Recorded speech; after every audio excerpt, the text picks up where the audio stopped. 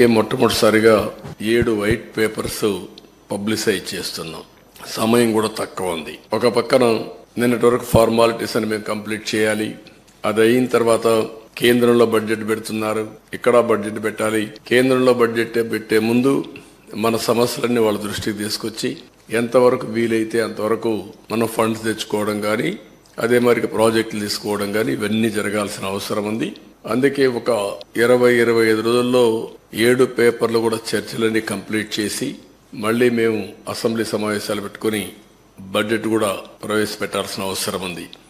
లేకపోతే మళ్ళీ ఒక సంవత్సరం మనకు ఒక కన్ఫ్యూజన్లో పోయే పరిస్థితి వస్తుంది. అందుకే మేము 7 సబ్జెక్ట్స్ కూడా మీకు ఒక ఐడియా ఉంది. మేము కూడా టైం టేబుల్ ఇస్తాం. దీనిపైన తరోగా చర్చ చేస్తాం. చర్చ చేసిన తర్వాత ప్రజలందరూ ఇచ్చిన సజెషన్స్ కూడా తీసుకొని వెబ్సైట్స్ అన్ని, ఇప్పుడు ఇరిగేషన్ ఉంది, ఈ ఇరిగేషన్ ఒక వెబ్సైట్ ఓపెన్ చేస్తాం. టోటల్ డాక్యుమెంట్స్ అన్ని అందులో పెడతాం.